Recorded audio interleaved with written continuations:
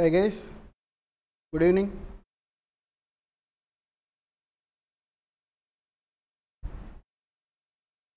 Guys, am I audible?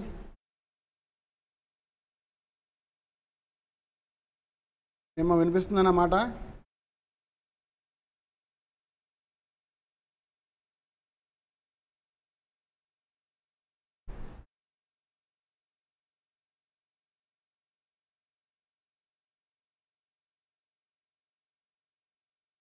Guys,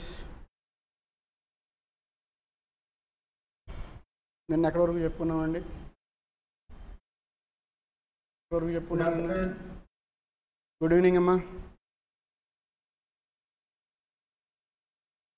A topic వరకు చెప్పుకున్నాం నిన్న? థింకింగ్ ఫండ్ చెప్పుకున్నాం. థింకింగ్ ఫండ్ క్లాస్ ఎందుకు డిస్కస్ చేద్దామని చెప్పాగా.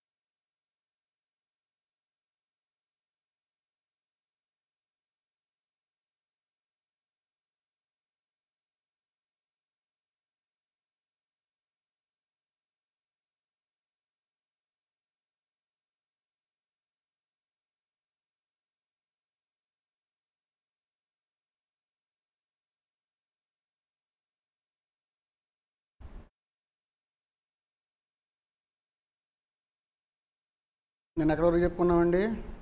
థింకింగ్ ఫండ్ వరకు చెప్పుకున్నామనా? థింకింగ్ ఫండ్ అంటే ఏం చెప్పా మీకు నేను? చెప్పమ్మా. థింకింగ్ ఫండ్ అంటే ఏం చెప్పుకున్నాం మనం?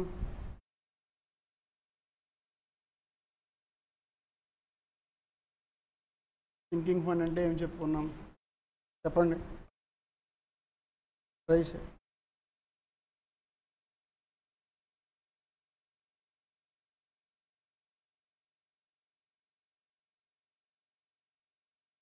థింకింగ్ ఫండ్ ఏంటి మనం అసలు ఏం చెప్పుకున్నాం దాని గురించి?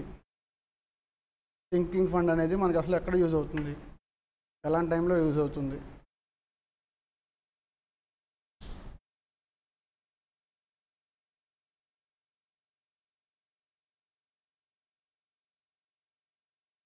చెప్పుకున్నాం లేదనన్నా? విన్నారా క్లాస్? నిన్న క్లాస్ విన్నారా? మరి మాట్లాడరేంటి? క్లాసు విని ఉంటే మీకు గుర్తుండాలి మరి థింకింగ్ ఫండ్ అంటే ఏంటి అనేది.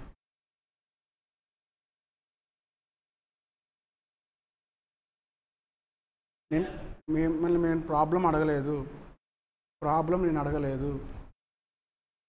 థింకింగ్ ఫండ్ అంటే ఏంటి అని అడిగా. Class వినట్లా.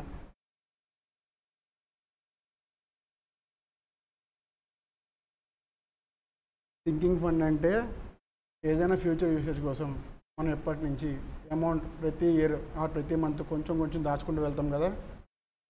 You're saving some of the amounts of income for the future purpose. That is called sinking fund. నేను అక్కడ వరకు చెప్పుకున్నామండి. ఇవాళ మనం చెప్పుకోవాల్సిన టాపిక్ ఏంటి మరి? లీజింగ్ అంటే ఏంటి? ఎవరికైనా ఐడియా ఉందా? What is mean by leasing? మీరు బయట చాలా చోట్ల విని ఉండాలి ఈ మాటని. ఆ ల్యాండ్ లీజ్కి ఇచ్చారు, ఈ బిల్డింగ్ లీజ్కి ఇచ్చారు, మాట అన్నారా? లీజింగ్ అంటే ఏంటి?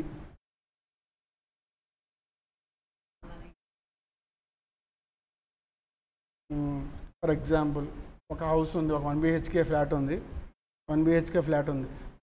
ఆ 1 BHK ఫ్లాట్కి ఓనర్ నాకు 2 ఆప్షన్లు ఇచ్చాడు. ఏమేమి ఆప్షన్స్ ఇచ్చాడు? అయితే మీరు ఎవ్రీ మంత్ నాకు ఒక 10,000 రెంట్ పే చేయండి. 10,000 అనేది రెంట్. లేదు నేను రెంట్ పే చేయను, మాకు లీజ్ వైజ్ కావాలనుకుంటే 5 lakhs అనేది మా దగ్గర డిపాజిట్ చేయండి.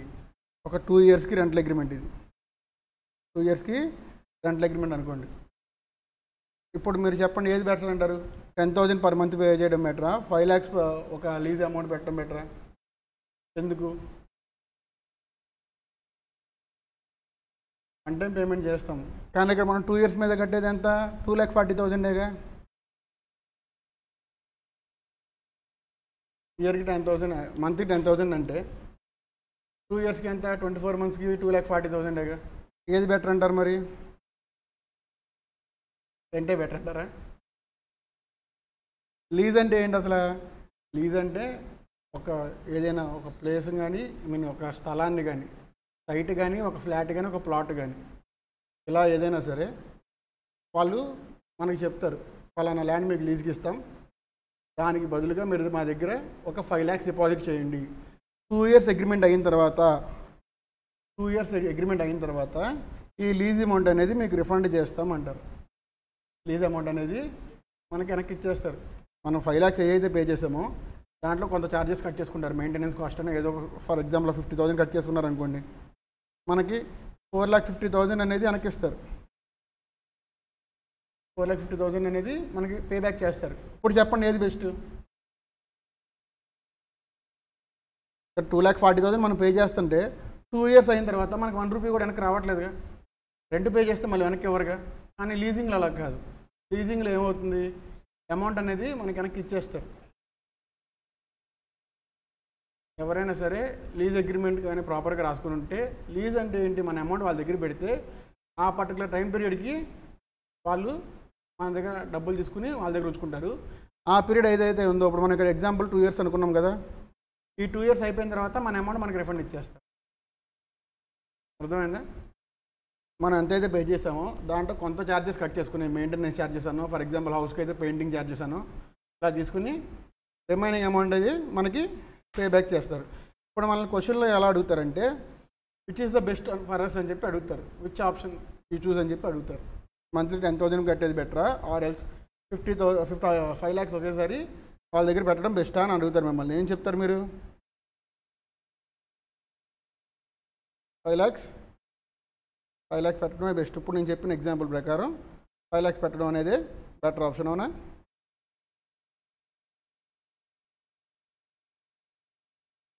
దీంట్లో మనకి ఎలా కనుక్కోవాలంటే, ఇలా మనం క్యాలిక్యులేట్ చేసుకోవాలి. ఏది అమౌంట్ తక్కువ వస్తే, లీజ్ అమౌంట్ తక్కువ వస్తే లీజ్కి ప్రిఫర్ చేయాలి, రెంట్ అమౌంట్ తక్కువ వస్తే రెంట్కి ప్రిఫర్ చేయాలి. So we have to choose ever is the lowest value. ఓకేనా?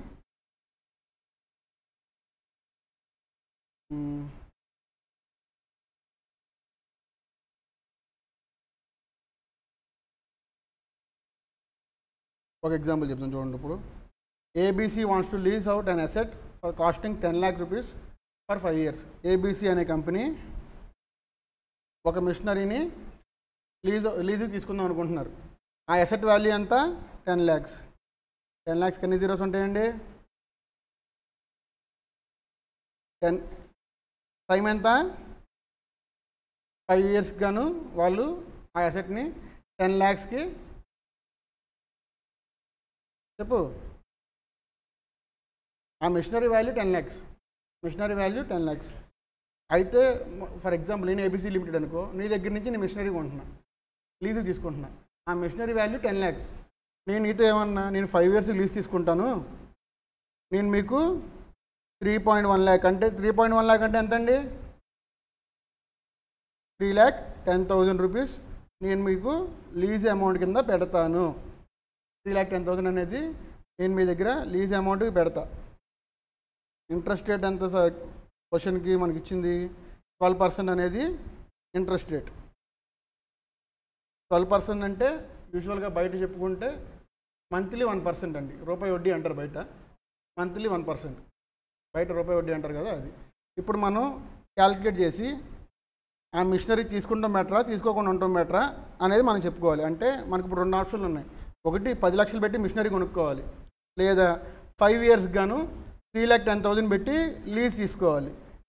ఏది బెటర్ ఆప్షన్ అనేది ఇప్పుడు మనం కనుక్కోవాలి. ఎలా కనుక్కోవాలి చెప్పండి?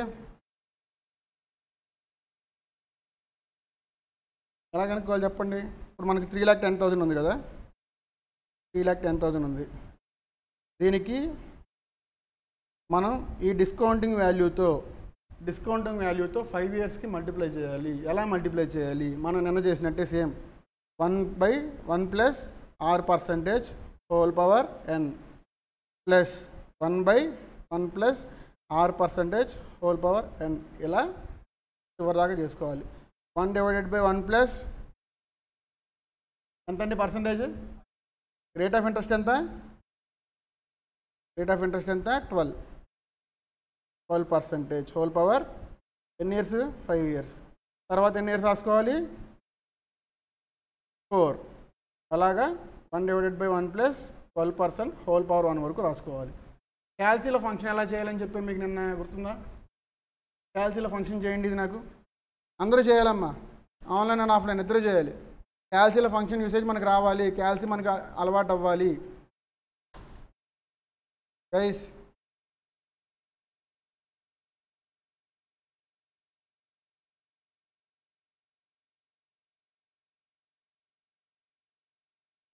క్యాల్సీ యూసేజ్ అనేది మనకి బాగా యూజ్ అవ్వాలి, అలవాటు అవ్వాలి. మనం దానికి బాగా అలవాటు పడాలి, అప్పుడే మనం ఫాస్ట్గా చేయొచ్చు.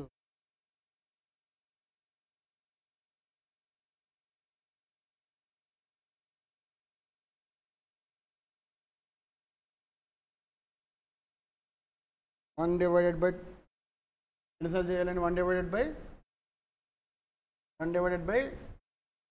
ప్లస్ 12% అంటే ఎంత అండి?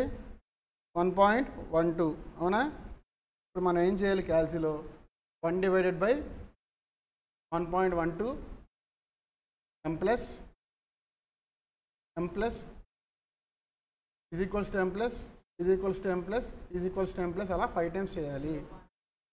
ఎంఆర్సీ నొక్కాలి చివరికి. దాని వాల్యూ ఎంత?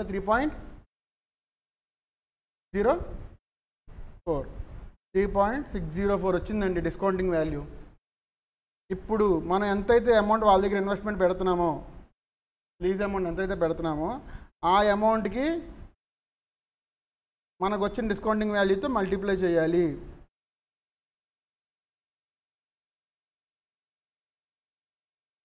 ఇప్పుడు మనకు వచ్చిన డిస్కౌంటింగ్ వాల్యూతో మనం పెట్టే లీజ్ అమౌంట్తో మల్టిప్లై చేయాలి. లీజ్ అమౌంట్ని మనం మల్టిప్లై చేయాలి. లీజ్ అమౌంట్ ఎంత పెడుతున్నాం వాళ్ళ దగ్గర? 3,10,000 అనేది మనం వాళ్ళ దగ్గర లీజ్ అమౌంట్ పెడుతున్నాం. ఎంత వచ్చింది? 11,400,000. మనం ఎసెట్ కొనాలంటే వాల్యూ ఎంత? ఎసెట్ కొనాలంటే మనకి 10 లక్షలు అవుతుంది. అవునా? 10 lakhs అవుతుంది. ఎసెట్ కొనాలంటే 10 lakhs అవుతుంది. అదే మనం లీజుకు తీసుకునే లెక్క అయితే ఇయర్లీ 3,10,000 పే చేస్తున్నాం వాళ్ళకి. ఇయర్కి 3,10,000 పే చేస్తున్నాం. అలాగే అది దానికి డిస్కౌంటింగ్ వాల్యూస్ అన్ని కనుక్కున్న తర్వాత మనకు వచ్చిన వాల్యూ ఎంత? అది 7,17,418. ఏ వాల్యూ ఎక్కువ ఉందండి రెండింటిలో? లీజ్ వాల్యూ తక్కువ ఉందా? ఎసెట్ పర్చేజ్ వాల్యూ తక్కువ ఉందా? పర్చేజ్ వాల్యూ తక్కువ ఉంది. ఇప్పుడు మనం రెండింటిలో ఏది చూస్ చేసుకోవాలి? లీజు తీసుకోవాలా, మిషన్ కొనుక్కోవచ్చా? కొనుక్కోవాలి. అర్థమైందండి అందరికీ? అర్థం కాకపోతే అడగనమ్మా, మళ్ళీ చెప్తాను ఇదే ప్రాబ్లమ్ని. ఏమో అందరికి అర్థమైందా? మతిన్ ఖాన్, నవీన్, లక్ష్మీ ప్రసన్న, మాధవ్,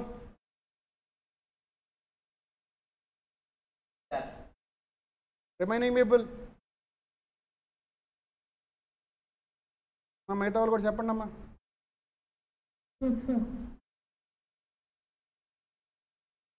ఇప్పుడు మనకి ఇలా కాకుండా ఎసెట్ పర్చేస్ వాల్యూ 10 lakhs వచ్చిందండి, ఉంది. మనం ఇప్పుడు డిస్కౌంటింగ్ వాల్యూ క్యాలిక్యులేట్ చేసిన తర్వాత 9 lakhs ఉంది. ఇప్పుడు మనం ఎసెట్ను కొనుక్కోవచ్చా? ఇది పర్చేజ్ వాల్యూ అండి, ఇది లీజ్ వాల్యూ. ఎసెట్ను కొనుక్కోవాలా, లీజుకి తీసుకోవాలా? లీజుకి తీసుకోవాలి. ఎందుకు? తక్కువ ఉంది కాబట్టి. దీన్ని మనం ఒక రకంగా ఇన్వెస్ట్మెంట్ డెసిషన్స్ అనుకోవచ్చండి. మనకి ఫర్ ఎగ్జాంపుల్ రేపు మీరే ఫైనాన్షియల్ అనలిస్ట్ అయ్యారనుకోండి కంపెనీకి. ఆ కంపెనీ ఒక మిషనరీ కొనాలో లేదో మీరు చెప్పాలి. ఎలా చెప్తారు? ఆ మిషనరీ కొనుక్కోవాలా, లీజుకి తీసుకోవాలనేది. ఆ మిషనరీ కొనుక్కుంటే ఒక వాల్యూ ఉంటుంది కదా. ఫర్ ఎగ్జాంపుల్ 10 lakhs పెట్టి మిషనరీ కొన్నాం అనుకోండి. అలా కాకుండా ఆ మిషనరీ అద్దెకి తెచ్చుకుంటే, లీజుకి తీసుకుంటే ఒక 2 lakhs పెట్టమన్నారు పర్ ఇయర్కి. 7 years ఎంటర్ అగ్రిమెంట్ అనుకుందాం, లీజ్ అగ్రిమెంట్ అనుకుందాం, ఒక 7 yearsకి. వాళ్ళు మిమ్మల్ని ఏం అడుగుతారు? కంపెనీ ఓనర్ మిమ్మల్ని ఎవరుతారు, సీఈఓ, మీరు చెప్పండి నేను ఇది లీజు తీసుకోవడం బెటరా ఆర్ఎల్స్ కొనడం బెటరా, డైరెక్ట్గా పర్చేస్ చేయడం బెటరా అని మిమ్మల్ని అడుగుతారు. అలాంటి టైంలో మనకి యూజ్ అవుతాయి. ముందు ఇంకా మనకి ఇన్వెస్ట్మెంట్ డెసిషన్స్ అనేవి ఉంటాయి, నెక్స్ట్ పోర్టల్స్ ఉంటాయి. మీరు ఇది అర్థమైంది అంటే ఇంకో ప్రాబ్లం చేద్దాం, ఇంకో ప్రాబ్లం చేసి మూవ్ ఆన్ అవుదాం.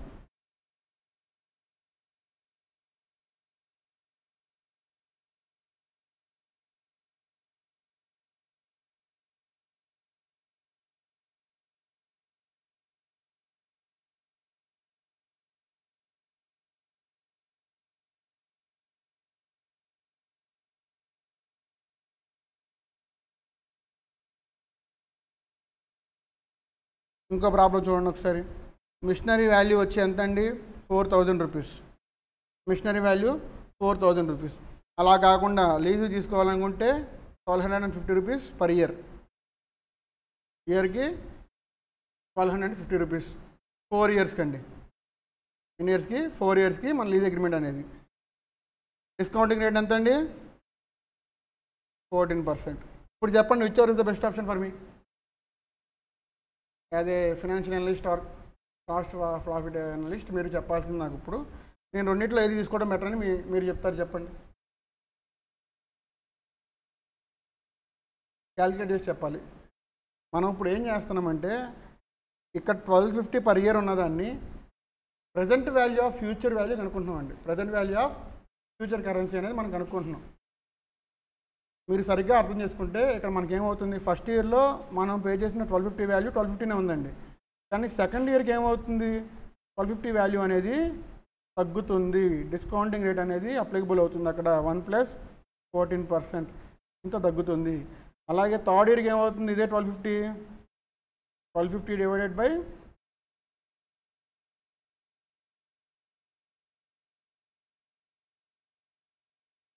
1.14 హోల్ క్యూబ్. అలాగే ఫోర్త్ ఇయర్కి 1250 డివైడ్ బై 1.14 హోల్ పవర్ 4 ఇలా అవుతుంది. అంటే మనం ఇప్పుడు అనుకుంటున్న 1250 వాల్యూ నెక్స్ట్ ఇయర్కి దాని వర్త్ తగ్గుతుంది కదా, దానికోసం మనం డిస్కౌంటింగ్ ఫ్యాక్టర్ అనేది ఇక్కడ అప్లికబుల్ చేస్తున్నాం.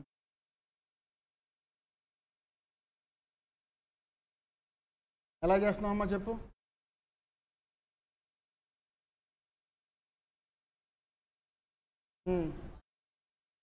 Equals to MRC.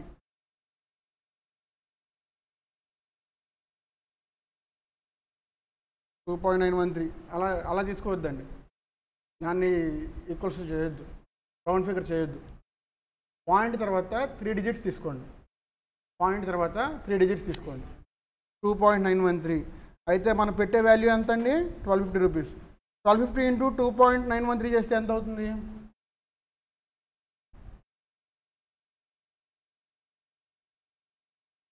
3640. ఇది మనకేంటిది, లీజ్ వాల్యూ. ఇలా కాకుండా మిషనరీ కొనాలంటే మనకి ఎంత అవుతుందండి? ఇప్పుడు చెప్పండి, లీజ్ తీసుకోవడం బెటరా, మిషన్ కొనుక్కోవడం బెటరా? లీజుకి తీసుకుంటాం బెటర్. ఎందుకు? వాల్యూ మనకి తక్కువ అవుతుంది కాబట్టి. మనం చేయాల్సిందల్లా ఏంటంటే కంపెనీకి కాస్ట్ తగ్గించాలి. కంపెనీ ఖర్చులు తగ్గిస్తే కంపెనీ ప్రాఫిట్స్ పెరుగుతాయండి. మనం చేయాల్సిందల్లా అంతే. మీరందరూ ఫ్యూచర్ సిఎస్ సిఎంఎస్ కాబట్టి మీరు చేయాల్సిందల్లా కంపెనీకి ఎక్కడెక్కడ కాస్ట్ రిడక్షన్ చేసుకుంటూ రావాలి. అర్థమైందా? కాస్ట్ రిడక్షన్ అంటే ఏంటండి? దీంట్లో మనకి 2 ఉంటాయండి. ఒకటి కాస్ట్ కంట్రోల్, 2 కాస్ట్ రిడక్షన్. అర్థమైందండి అందరికీ ప్రాబ్లం? మా అందరికీ. జ్ఞానేశ్వరి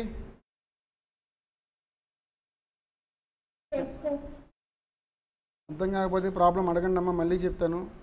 ఇవి కొంచెం మంచి టాపిక్స్, అర్థం చేసుకోవాల్సిన టాపిక్స్, ఇవన్నీ మీకు బాగా యూజ్ అయ్యే టాపిక్స్.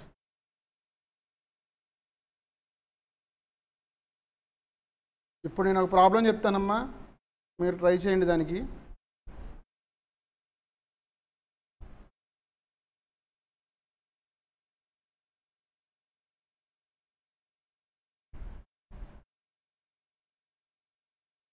ఒకసారి చూడండి అమ్మా. ఇప్పుడు హైదరాబాద్లోనే ఒక ఫ్లాట్ కొనుక్కోవాలి అనుకుంటున్నానమ్మా. ఫ్లాట్ తీసుకోవాలి అనుకుంటున్నా. నాకు 2 ఆప్షన్స్ ఉన్నాయి. ఒకటి రెంట్ బేస్ ఉంది, 2 లీజ్ బేస్ ఉంది.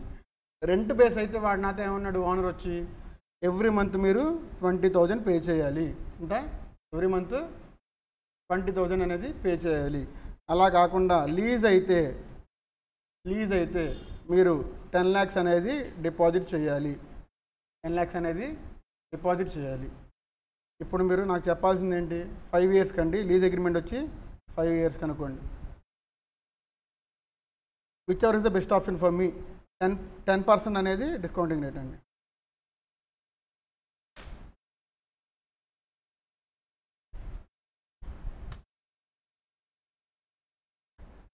ఇక్కడ మీరు అర్థం చేసుకోవాల్సింది ఏంటి, ఇది నేను పర్ మంత్ ఇచ్చా, అవునా? దీన్ని ఇయర్కి కన్వర్ట్ చేసుకోవాలి. మంత్కి 20,000 అంటే ఇయర్కి ఎంత? 2,40,000. దీన్ని 2,40,000 కింద కన్వర్ట్ చేసుకుని అప్పుడు మనం ఈ ప్రాబ్లం సాల్వ్ చేయాలి. 0.1 అండి.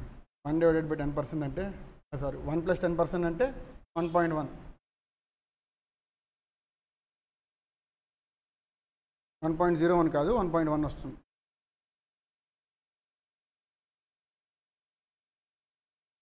చెప్పండమ్మా.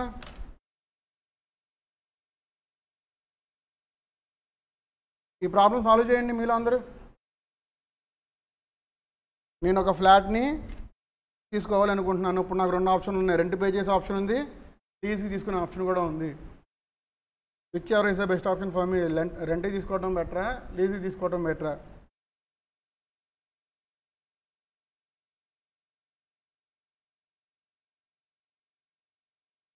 ట్రై చేస్తున్నావు 10 ఎందుకు?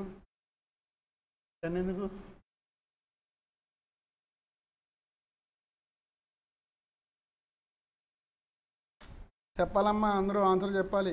ట్రై చేయండి.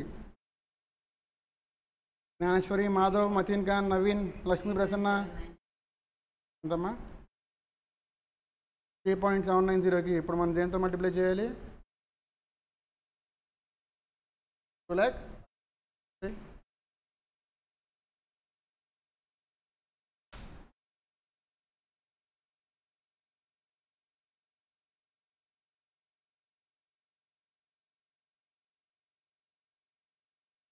నెంబర్స్ చెప్పు నార్మల్గా, లేకపోతే నెంబర్స్ చెప్పమ్మ పర్లేదు. సరిగ్గా చేయలేదు అయితే నువ్వు. నీకు ఎంత వచ్చింది? 3.790 ఇంటూ 2,40,000 చేయి. ఎంత వచ్చింది చూడు, సరిగ్గా చేయి.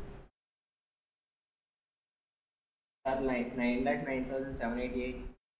9,09,798. ఓకే. ఇది నాకు ఇప్పుడు ఏ అమౌంట్ అమ్మా? ఇది లీజ్ అమౌంట్ కదా. అలా కాకుండా ఇప్పుడు చెప్పండి, which ever is the best option for మీ? ఇది రెంట్ అమౌంట్. రెండిట్లో ఏది బెటర్ ఆప్షన్ అమ్మా నాకు? లీజర్ ఎంత?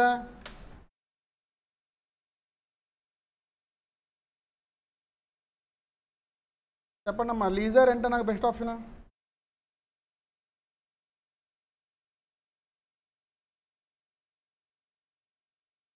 విచ్ ఎవర్ ఈజ్ లో, అవునా? ఏది తక్కువ అయితే అది మనకి బెటర్ ఆప్షను, ఓకేనా? దీనికి మనకి ఇక్కడ కాస్ట్ తక్కువ అవుతుంది కాబట్టి మనం ఇక్కడ రెంట్ అనే ఆప్షన్ చూస్ చేసుకోవాలి. ఇలా కాకుండా ఇదే క్వశ్చన్కి నేను ఇక్కడ 10 lakhs అని ఇవ్వకుండా 9 lakhs అని ఇచ్చానమ్మా, అప్పుడు ఏది బెస్ట్ ఆప్షన్ చెప్పండి నాకు? లీజ్ అనేది బెస్ట్ ఆప్షన్. ఎప్పుడైనా సరే మనం కాస్ట్ కంట్రోల్ గురించి ఆలోచించుకోవాలి. కాస్ట్ ఎక్కడ తక్కువ అవుతుందో అదే మనకి బెనిఫిట్, మన కంపెనీకి బెనిఫిట్ అనుకుని సాల్వ్ చేసుకోవాలి. అర్థమైందా?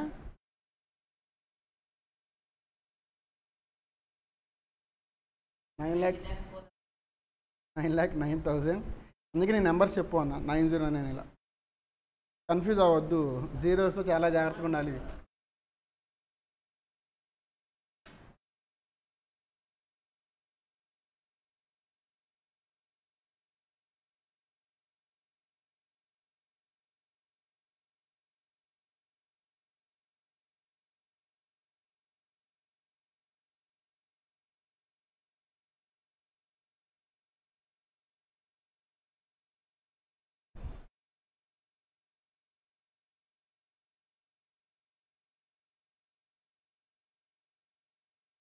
ఇదేంటిది చదవండి ఒకసారి.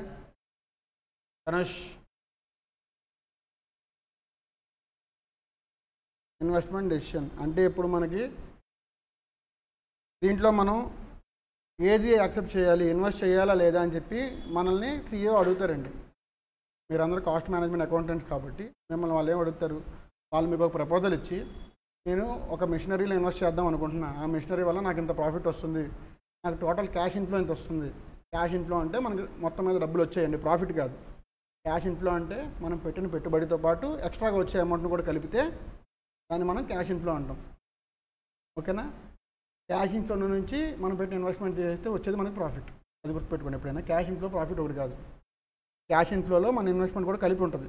ఫర్ ఎగ్జాంపుల్ నేను ఒక 10 lakhs పెట్టి గూడ్స్ కొన్నానండి, అది నేను మొత్తం మీద కలిపి 15 lakhsకి అమ్మా. 10 lakhs పెట్టి గూడ్స్ కొంటే నేను సేల్ చేసిన ప్రైస్ ఎంత? 15 lakhs. ఇప్పుడు మనం ఈ 15 lakhs ప్రాఫిట్ అనుకుంటామా? 5 lakhs అనేది ప్రాఫిట్. 15 lakhs ఏంటిది? Cash inflow. ఓకేనా? Cash inflow. ఇన్వెస్ట్మెంట్ డెసిషన్ ఎలా తీసుకోవాలి మనం? కొన్ని పాయింట్స్ చెప్తాను, నోట్ చేసుకోండి. If present value of cash inflow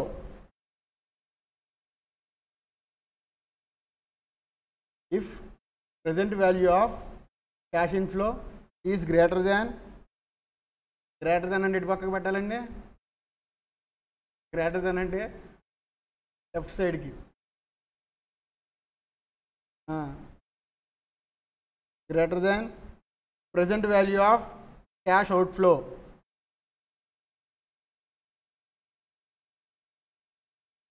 అప్పుడు మనం ఇన్వెస్ట్ చేయాలా, ఇన్వెస్ట్ చేయకూడదా? చెప్పండి. Present value of cash inflow is greater than present value of cash outflow అయితే మనం ఇన్వెస్ట్ చేయొచ్చా, చేయకూడదా? ఎందుకు చేయొచ్చు? ఎస్, క్యాష్ ఇన్ఫ్లో అనేది ఎక్కువ ఉంది కాబట్టి. బేసిక్గా క్యాష్ ఇన్ఫ్లో ఎక్కువ ఉంటే ఏమవుతుంది, మనం పెట్టిన పెట్టుబడి కంటే ఎక్కువ ఇన్కమ్ వచ్చినట్టు. నేను 10 lakhs పెట్టాను, 15 lakhs నాకు రిటర్న్ వచ్చింది. అవునా? 10 lakhs పెడితే 15 lakhs రిటర్న్ వచ్చింది అంటే 5 lakhs అనేది నా ప్రాఫిటే కదా. ఇదంతా క్యాష్ ఇన్ఫ్లో కదా. క్యాష్ ఇన్ఫ్లో ఎక్కువ ఉంటే మనం ప్రాజెక్ట్ యాక్సెప్ట్ చేయాలి. అలా కాకుండా వైస్ వర్సా. ఇఫ్ రాసుకోండి ఇంకో point. Present value of cash inflow less than present value of cash outflow, then do not invest.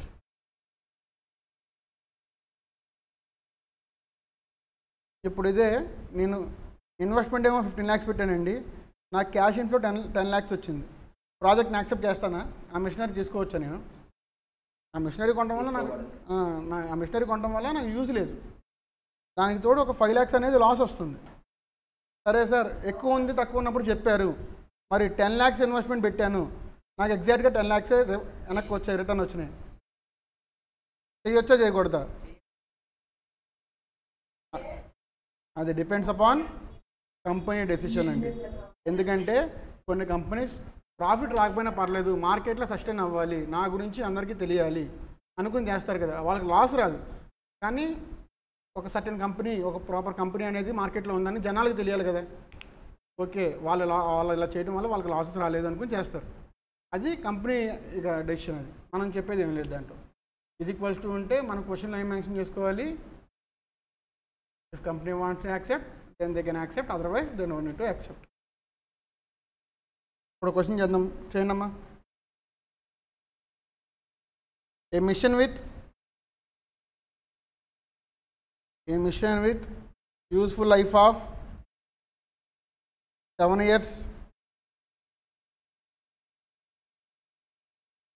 years which is costing 10,000 rupees.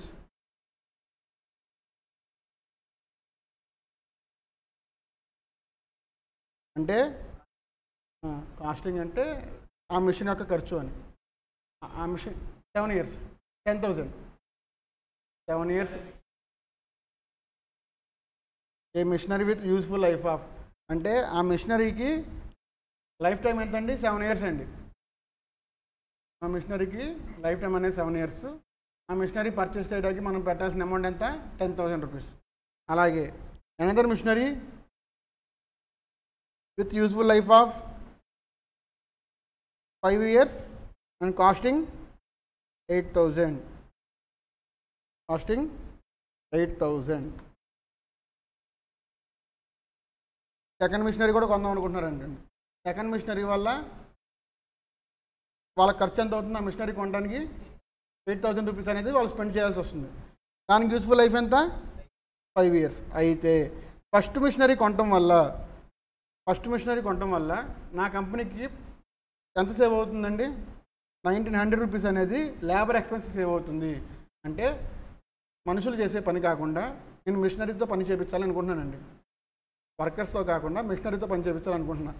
ఈ మిషన్ కొనటం వల్ల నాకు ఇయర్కి 1,900 సేవ్ అవుతుంది. ఇయర్కి ఎంత సేవ్ అవుతుంది? సెకండ్ మిషనరీ కొనటం వల్ల ఎంత సేవ్ అవుతుంది? 2,200 అనేది సేవ్ అవుతుంది నాకు. ఇప్పుడు మీరు చెప్పాల్సింది ఏంటంటే ఏ మిషనరీ కొనాలి నేను రెండింటిలో? Which machinery I have to buy? ఎలా చెప్తారు? చేసేస్తున్నారా? కాస్ట్ ఆఫ్ బారోయింగ్ చెప్పాలిగా, పర్సంటేజ్ అనేది మెన్షన్ చేయాలిగా నేను. ఎలా చెప్తావు? డిస్కౌంటింగ్ రేట్ అనేది లేకపోతే డైరెక్ట్గా చెప్పేస్తారు ఎవరైనా. Discounting rate or cost of borrowing. For example నా దగ్గర 10,000 ఇవ్వండి, ఈ 10,000 రూపీస్ నా దగ్గర లేవు, నేను బయట నుంచి తెచ్చుకుందాం అనుకుంటున్నా. కాస్ట్ ఆఫ్ బారోయింగ్ అంటే ఐడియా ఉంది ఎవరికైనా? కాస్ట్ ఆఫ్ క్యాపిటల్ అన్నా కాస్ట్ ఆఫ్ బారోయింగ్ అంటే, కాస్ట్ ఆఫ్ బారోయింగ్ ఏంటంటే మన దగ్గర అమౌంట్ లేనప్పుడు బయట నుంచి తెచ్చుకోవడం, దానికి మనం పే చేసే ఇంట్రెస్ట్ ఏదైతే ఉంటుందో దాన్ని cost of borrowing or cost of capital అంటాం. దీనికి ఇచ్చిన పర్సంటేజ్ ఎంత అండి? 10%. రెండింటికి 10% అండి.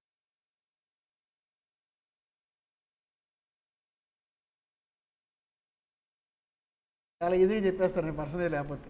అదే డైరెక్ట్గా 7 years ఇంటూ 1,900 చేసేసి 5 years ఇంటూ 2,200 చేస్తారు. రెండింటిలో దేనికి ఎక్కువ బెనిఫిట్ వస్తే అది మనం చెప్తాం. ఇప్పుడు అందుకే డిస్కౌంటింగ్ ఫ్యాక్టర్ ఇచ్చారు. డిస్కౌంటింగ్ ఫ్యాక్టర్తో కూడా మనం చేయొచ్చాను. ఇందాక చేసిన మోడలే సేమ్ చేయాలి, కన్ఫ్యూజ్ అవ్వద్దు. ఇందాక చేసిన మోడలే చేయాలి, ట్రై చేయండి.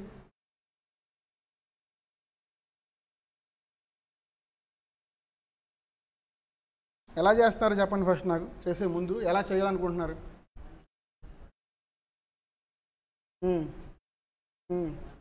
అలా ఎన్ని ఇయర్స్ చేయాలి?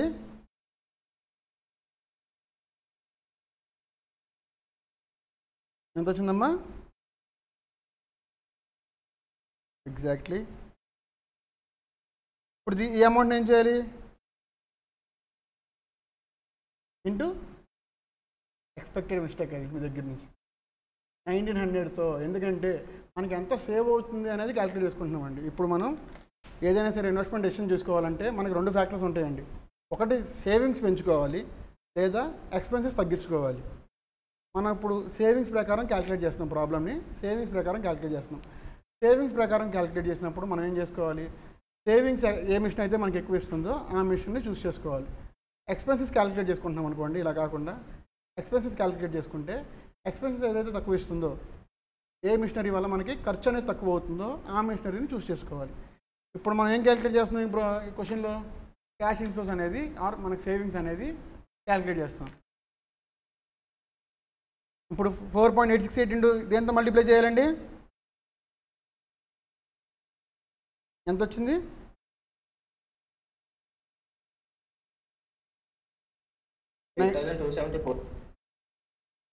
ఎంతమ్మా? ఓకే, సెకండ్ ప్రాబ్లం చెప్తున్నావా నవీన్? సెకండ్ కేసు చెప్తున్నావు నువ్వు? నేను ఫస్ట్ పేజ్ చెప్పాను. Try once more. అంటే ఒక్కసారి తక్కువ చేసినట్టున్నావు. 4 yearsకే చేసినట్టు, 6 yearsకే చేసినట్టున్నావు. ఒకసారి మళ్ళీ ట్రై చేయి. సెకండ్ ఇయర్ కూడా ఎంత వచ్చిందో చెప్పమ్మా ధనుష్. సెకండ్ ఇయర్కి అయితే 8,339. 8,339. ఓకే, అది రైటే. 9,250 రైట్.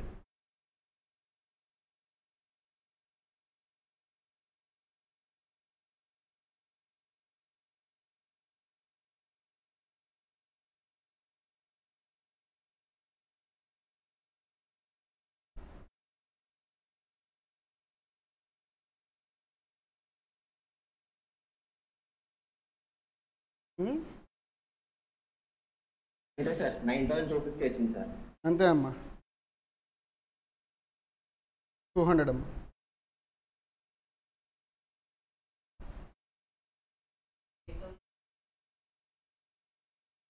ఇప్పుడు మన దగ్గర కంక్లూజివ్ ఎవిడెన్సెస్ ఉన్నాయండి, మన దగ్గర ఫ్యాక్టర్స్ ఉన్నాయి. ఈ ఫ్యాక్టర్స్ని డిసైడ్ చేసుకుని ఈ ఫ్యాక్టర్స్ని బట్టి మనం డిసైడ్ అవ్వాల్సింది ఏంటి, which machinery I have to choose. ఎందుకు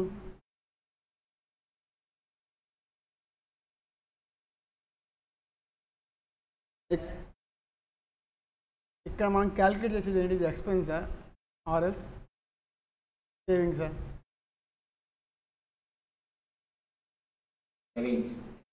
సేవింగ్స్ క్యాలిక్యులేట్ చేస్తున్నప్పుడు మనం ఏం చేసుకోవాలి, ఇక్కడ ఫస్ట్ మిషనరీలో నేను 10,000 ఎక్స్పెన్సెస్ పెడితే నాకు 9,250 అనేది సేవ్ అవుతుంది. అంటే ఫైనల్గా నాకేమవుతుంది, 750 అనేది లాస్ వస్తుంది అసలు. సో ఇది గాన్ కేస్, ఇది అసలు కన్సిడరేషనే కాదు. సెకండ్ కేసులో ఏమవుతుంది, నాకు 8,000 రూపీస్ నేను ఇన్వెస్ట్మెంట్ చేస్తే 8,339 రూపీస్ నాకు ప్రాఫిట్ అనేది సేవింగ్స్ అనేది అవుతుంది. ఎంత సేవ్ అవుతున్నట్టు, నాకు 339 అనేది ఎక్స్ట్రా సేవ్ అవుతున్నట్టు, అవునా? ఇప్పుడు చెప్పు ఏది సేవ్ చేసుకోవాలి, ఏ మిషనరీ చూస్ చేసుకోవాలి నేను? 8,000 అనేది. జాగ్రత్తగా ఉండాలి. అందుకే నేను ఈ క్వశ్చన్ సాల్వ్ చేసే ముందే చెప్పానండి, మనకి 2 కేసెస్ ఉంటాయి. ఒకటి ఎక్స్పెన్సెస్ ఇవ్వచ్చు, 2 ప్రాఫిట్స్ ఆర్ సేవింగ్స్ ఇవ్వచ్చు. సేవింగ్స్ కానీ ప్రాఫిట్స్ కానీ ఉన్నప్పుడు ఏది ఎక్కువ ఉంటే అది తీసుకోవాలండి, ఏది ఎక్కువ ప్రాఫిట్ ఇస్తే అది తీసుకోవాలి.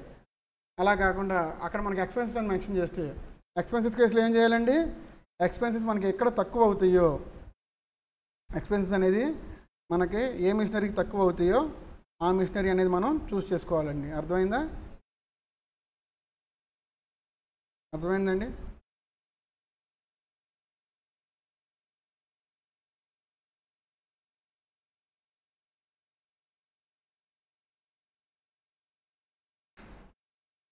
ఏమైనా డౌట్స్ ఉన్నాయమ్మా ఈ ప్రాబ్లంలో?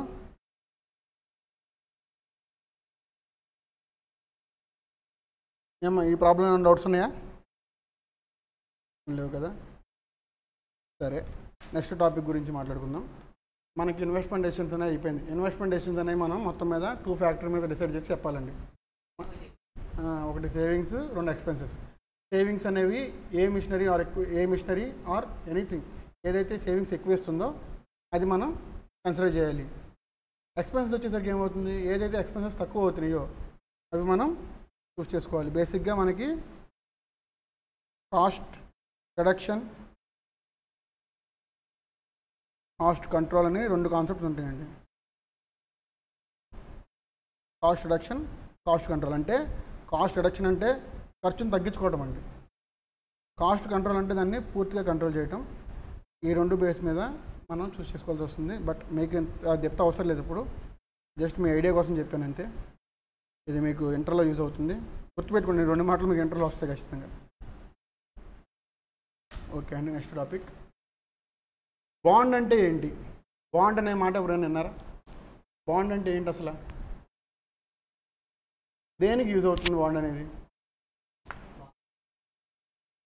ఇప్పుడు మనం ఎవరి దగ్గరైనా పర్సన్, ఫర్ ఎగ్జాంపుల్ నేను ఒక 1 lakh రూపీస్ అనేది అప్పు తీసుకుంటానండి.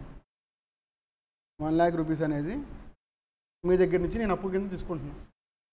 ఏం చెప్పాను నేను, ఆ బాండ్ నేను ఏం చేస్తాను, మీరు నా పేరు మీద రాసి సైన్ చేయమంటారు, నేను సైన్ చేస్తా, సైన్ చేసి మీకు ఇస్తా బాండ్ని, అవునా?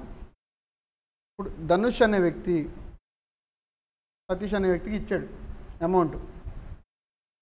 నేనేం చేస్తున్నా, నేను విష్ణుకి ఇచ్చా, నేను తీసుకెళ్ళి విష్ణుకి ఇచ్చా. ధనుష్ అనే పర్సన్ సతీష్ మీద బాండ్ రాశాడండి. సతీష్ అనే పేరు మీద బాండ్ రాసి సిగ్నేచర్ పెట్టించుకున్నాడు. నేను విష్ణుకి ఇచ్చా కాబట్టి నేను విష్ణుకి ఆ బాండ్ ఫార్వర్డ్ చేయొచ్చా? జాగ్రత్తగా ఆలోచించండి. విష్ణుకి ఆ బాండ్ని ఫార్వర్డ్ చేయొచ్చా? బాండ్ అంటే ఏంటండి, కొలేటరల్ అగైన్స్ట్ ద, బేసిక్గా బాండ్ అంటే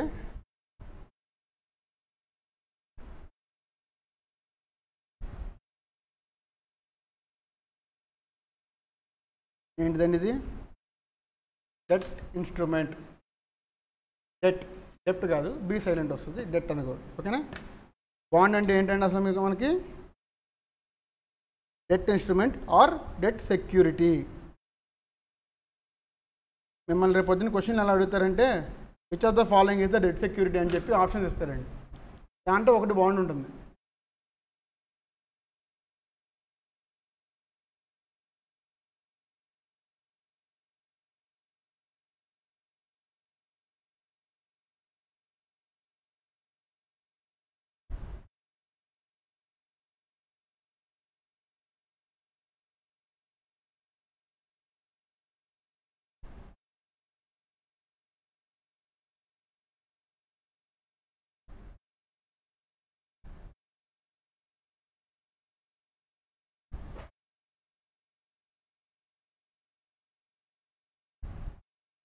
ఏంటిదండి ఇక్కడ వాల్యూ ఆఫ్ బాండ్ ఏంటిది? ఒక బాండ్కి ఉన్న వాల్యూ మనం ఏం చెప్పాలి?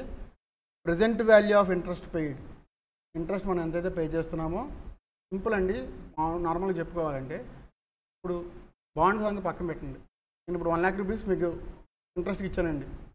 12% ఇంట్రెస్ట్ రేట్ అన్న. 1 year తర్వాత అమౌంట్ ఎంత అవుతుంది? 1 lakh + 12%, 1,12,000 అవుతుంది. అంతేనా? ఇక్కడ కూడా అదే జరుగుతుందండి. కాకపోతే బాండ్ అనేది మనం ఏం చేస్తాం? ఒక ఫిక్స్డ్ పీరియడ్ ఆఫ్ టైంకి బాండ్ రాస్తామండి. ఒక 5 yearsలో క్లియర్ చేస్తా అమౌంట్ నేను అని చెప్పి నేను మీకు సంజేసి ఇస్తా, ప్రామిస్ చేస్తా. ఆ ప్రామిస్కి అగైనెస్ట్గా మనం ఇచ్చే సెక్యూరిటీనే డెట్ సెక్యూరిటీ. అంటే ఏంటి అసలు? అప్పు తీసుకున్నందుకు ఒక ప్రూఫ్గా మనం బాండ్ అనేది ఇష్యూ చేస్తామండి. అర్థమైందా? ఇప్పుడు వాల్యూ ఆఫ్ బాండ్ అంటే ఏంటి? మనం ఎంతైతే present value of interest paid అంటే ఒక 1 year తర్వాత కదా పే చేసేది. ఆ 1 year తర్వాత ఎంత పే చేస్తున్నా అనేది, ఇప్పుడు నేను 1 lakh అన్నా కదా ఇంత ఎగ్జాంపుల్లో, దానికి 12,000 అనేది ఇంట్రెస్ట్ అవుతుంది. ఈ ఇంట్రెస్ట్ అనేది 12,000 అనేది present value of interest paid. Present value of maturity amount ఎంత? 1 lakh. మొత్తం మీద ఇప్పుడు ఈ బాండ్, దీని ప్రకారం బాండ్ వాల్యూ ఎంత చెప్పండి? ఇప్పటికి ఫస్ట్ ఇయర్ ఎండింగ్కి 1,12,000. 5 years తర్వాతకి అయితే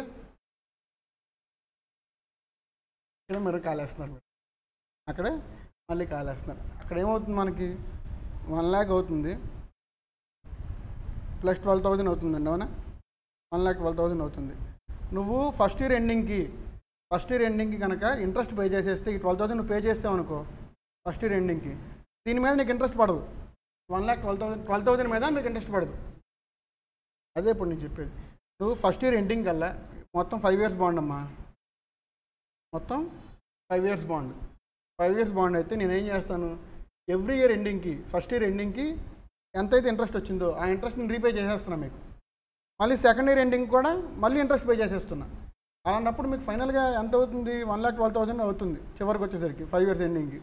ఎందుకు? ఎవ్రీ ఇయర్ ఇంట్రెస్ట్ ఎంతైతే ఉందో అది నేను మీకు రీపే చేసేస్తున్నా కాబట్టి. అలా కాకుండా నేను మీకు ఇంట్రెస్ట్ అనేది పే చేయట్లేదండి. ఇంట్రెస్ట్ అనేది నేనేం చెప్పా? 5 years తర్వాతే నేను ఇంట్రెస్ట్ కూడా కలిపి పే చేస్తా అని చెప్పాను మీతో. అవునా? 5 years తర్వాత ఇంట్రెస్ట్ కూడా పే చేస్తా అన్న. ఇక్కడ మనకేమవుతుంది? ఇప్పుడు కాంపౌండ్ ఇంట్రెస్ట్ అప్లికబుల్ అవుతుంది. ఎందుకు? ఇంట్రెస్ట్ నువ్వు పే చేయలేదు కదా. 1 year అయిపోయేసరికి నువ్వు నాకు ఇంట్రెస్ట్ పే చేసేసి ఉంటే ఆ ఇంట్రెస్ట్ ఎంతైతే వచ్చింది ఇంతకుముందు దాని మీద నువ్వు నాకు ఇంట్రెస్ట్ కట్టక్కర్లేదు. కానీ నువ్వు నాకు ఇంట్రెస్ట్ పే చేయాల, 5 years తర్వాతే పే చేస్తాను. ఇప్పుడు నువ్వేమవుతుంది? ఇక్కడ ఈ 12,000 ఏదైతే ఉందో దాని మీద రిమైనింగ్ 4 years నువ్వు ఇంట్రెస్ట్ పే చేయాలి. అర్థమైందా? కాన్సెప్ట్ అర్థమైందా? ప్రాబ్లం మనం సాల్వ్ చేద్దామండి, అది ప్రాబ్లం కాదు. కాన్సెప్ట్ అర్థమైతే చాలు ఫస్ట్. సరే, క్వశ్చన్ నోట్ చేసుకోండి అమ్మా. ఈ క్వశ్చన్ చెప్పి అర్థం అవ్వాలా? An investor intends purchasing a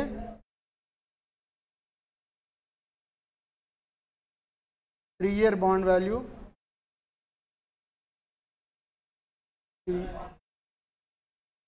intends purchasing intends Naveen mute చేయవా?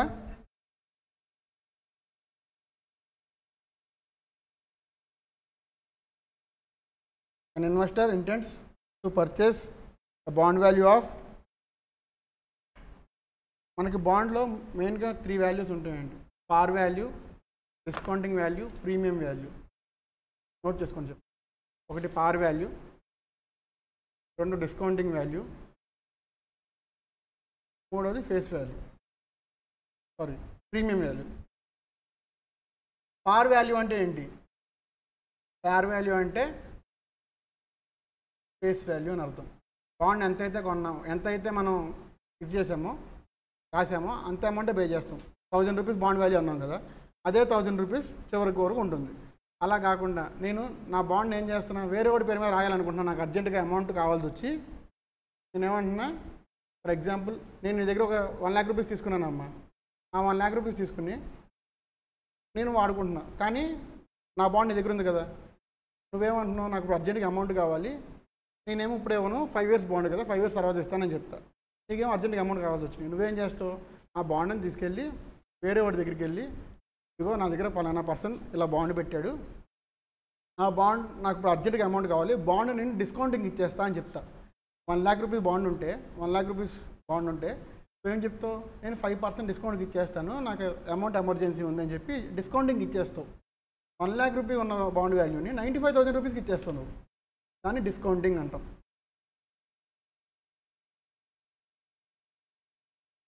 డిస్కౌంటింగ్ అంటే బాండ్ ఏదైతే ఫేస్ వాల్యూ ఉందో ఆ ఫేస్ వాల్యూ కంటే తక్కువగా అమ్మడం, అది బాండ్ వాల్యూ, అది డిస్కౌంటింగ్ వాల్యూ. మరి ప్రీమియం వాల్యూ అంటే ఏంటి?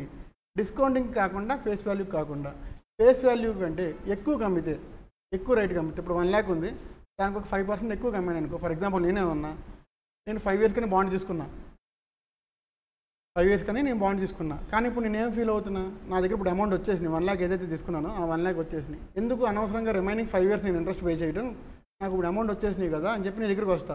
అప్పుడు నా కండిషన్ ఏం పెడతావు, నేను ఫేస్ వాల్యూకి ఎలా ఇస్తాను, నాకు కొంచెం ఎక్కువ వస్తేనే నేను ఇస్తాను, లేకపోతే ఇవ్వను బాండ్ అంటావు. అప్పుడు నేనేం చేస్తా, సరే నేను ఒక 5% ఇస్తాను ఎక్స్ట్రా అని చెప్పి 1 lakh బదులుగా 1 year కంప్లీట్ అవ్వకముందు వచ్చేసాక నీ దగ్గరికి ఇంట్రెస్ట్ నేను పే చేయక్కర్లా, 1 lakh బదులుగా 1,05,000 రూపీస్ నేను నీకు పే చేస్తా, నాకు నా బాండ్ ఇచ్చే అని అడుగుతా. దాన్ని ప్రీమియం అంటాం. అర్థమైందా? ప్రీమియం అంటే ఏంటి? Maturity value is greater then face value. మీరు సింపుల్గా రాసుకోవాలంటే maturity value greater than face value is equals to premium. Maturity value is equal to face value అని రాసుకుంటే అది పార్ వాల్యూ. పార్ ఎట్ ప్రీమియం ఎట్ డిస్కౌంట్ అని ఉంటుందండి. అంటే bond can be redeemed at అని చెప్పి ఉంటుంది. In the same way last మిగిలింది ఏంటంటే డిస్కౌంటింగ్ ఎలా రాసుకోవాలి మనం మరి ఇప్పుడు? పార్ వాల్యూ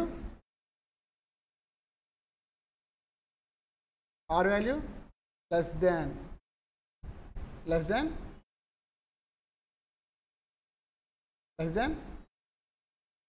చెప్పు, పైన ఏం రాసుకున్నావు? అవును, greater than or equal to పక్కన ఏం రాసావు? Maturity value. అప్పుడు మనం దాన్ని ఏమంటాం? డిస్కౌంటింగ్ వాల్యూ అంటాం. ఓకేనా? అంటే bond can be redeemed at పార్, ఎట్ ప్రీమియం, ఎట్ డిస్కౌంట్. మూడిట్లో ఎక్కడైనా సరే మనం దాన్ని రిడీమ్ చేసుకోవచ్చు. అది డిపెండ్స్ అపాన్ ద సిచ్యువేషన్ అండి, మనం ముందే గ్యారంటీ ఇవ్వలేం. ఎక్కడి వరకు నోట్ చేసుకున్నారమ్మా ప్రాబ్లం ఇది? 1000 రూపీస్ రాసుకున్నారు కదా. an investor intends purchasing a 3-year 1000 rupees par value bond. 1000 rupees par value bond. Par value అంటే ఏంటండి? ఫేస్ వాల్యూ అని అర్థం. అంటే 1000 రూపీస్ బాండ్కి 1000 rupees. Okay, then having nominal rate of interest, having nominal rate of interest 10%.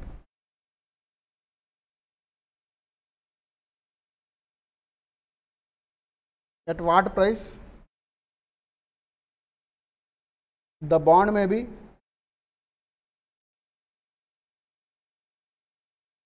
purchased now if it matures at par, if it matures at par, and the investor requires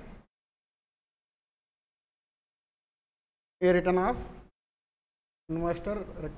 of 14%.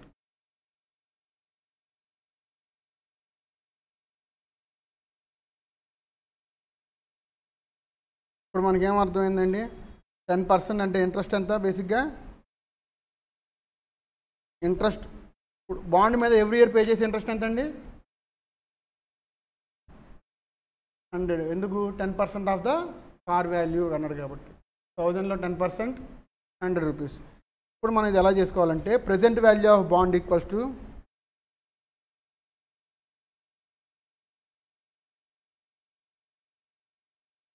Interest value divided by interest value ఎంత అండి? 100 divided by 1 plus are ఎంత? 14% whole power 1 plus 100 divided by 1 plus 14% square plus 100 divided by 1.14 whole cube plus ఇది interest అండి. ఇప్పుడు మనం ఏం చేస్తున్నాం? 3 years తర్వాత ఆ బాండ్ వాల్యూ ఎంత ఉంటుంది అనేది మనం కనుక్కుంటున్నాం. అవునా? ఇంట్రెస్ట్ ఎంత అవుతుంది?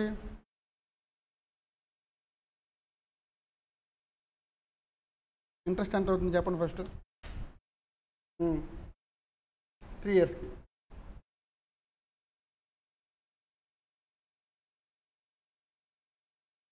అలాగనే చేయొచ్చండి మీరు కావాలంటే. 100 ఇంటూ చేసి 1 divided by 1.14 plus 1.14 whole square plus 1.14 whole cube ఇలా చేయొచ్చు.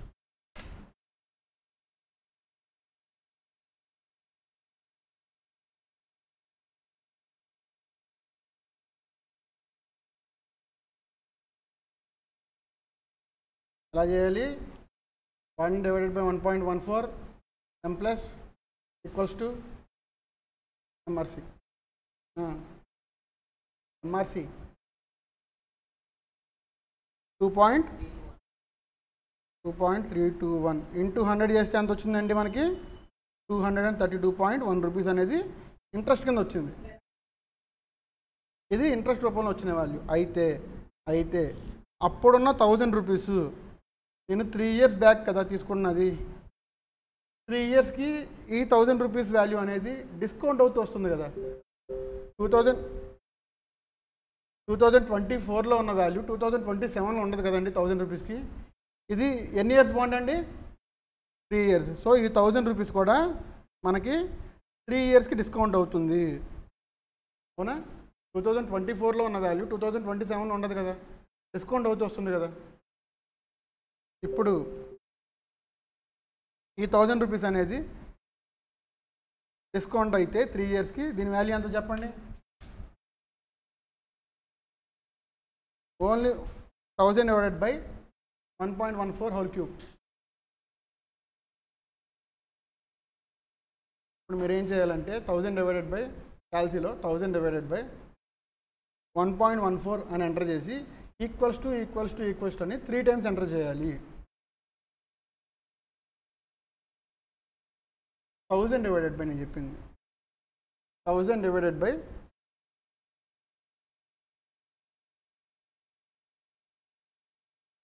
ఇప్పుడు నేను ఏం చేస్తున్నానంటే ఈ స్టెప్లో 14 ఈక్వల్స్ టు అని ఎంటర్ చేయండి. ఎం ప్లస్ వద్దు, ఇప్పుడు ఎం ప్లస్ యూస్ చేయాల్సిన అవసరం లేదు. ఎందుకంటే ఎంతండి? సరిగ్గా చేశారా? మళ్ళీ చేయ ఒకసారి.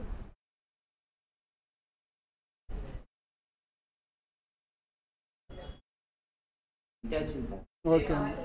ఇది అంటే ఇప్పుడు నేను 3 years back 1000 rupees bond value తీసుకుంటే ఇప్పుడు దాని వాల్యూ ఎంత ఉందండి? ఇంట్రెస్ట్ కాకుండా దాని వాల్యూ ఎంత ఉంది? 674 ఉంది. అలాగే మనకి ఇందాక వచ్చిన ఇంట్రెస్ట్ ఎంత అండి? 232. రెండు యాడ్ చేస్తే ఎంత అవుతుంది? 906. అంతేనా? అంటే ఇప్పుడు టోటల్గా నేను 1000 రూపీస్ బాండ్ వాల్యూ తీసుకుంటే నాకు 906 అవుతుందండి. ఆ బాండ్ వాల్యూ తీసుకుంటాం నేను బెటరా కాదా? బాండ్ని తీసుకోవచ్చు తీసుకోకూడదా?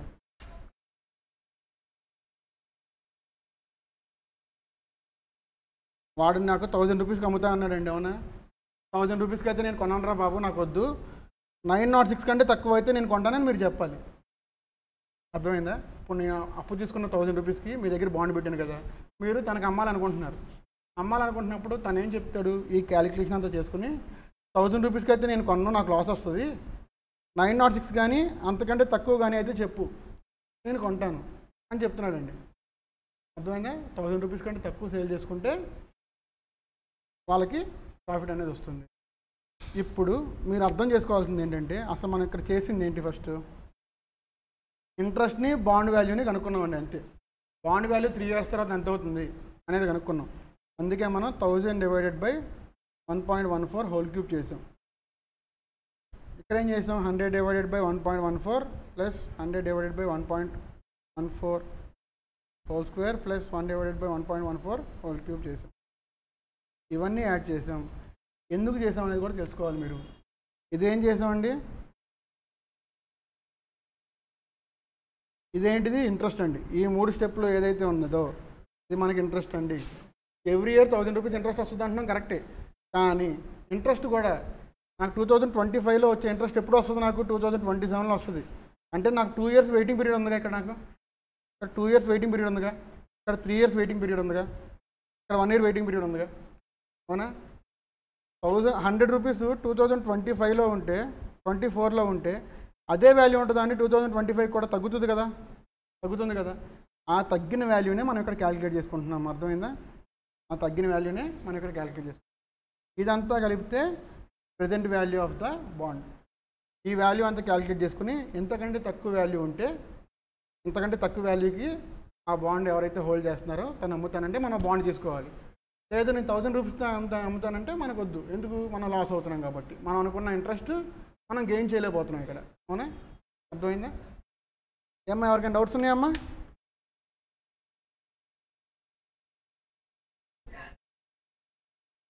అమ్మా, ఎవరికైనా డౌట్స్ ఉన్నాయా?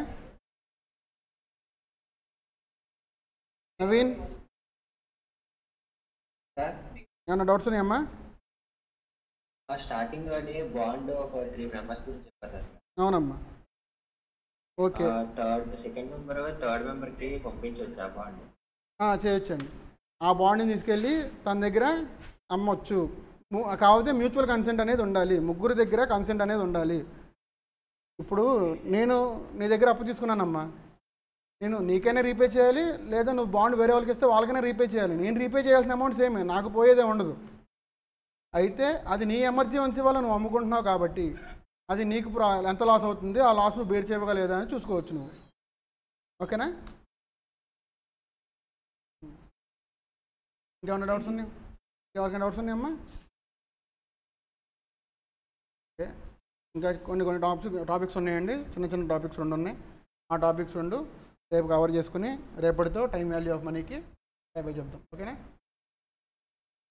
Okay guys, thank you, by.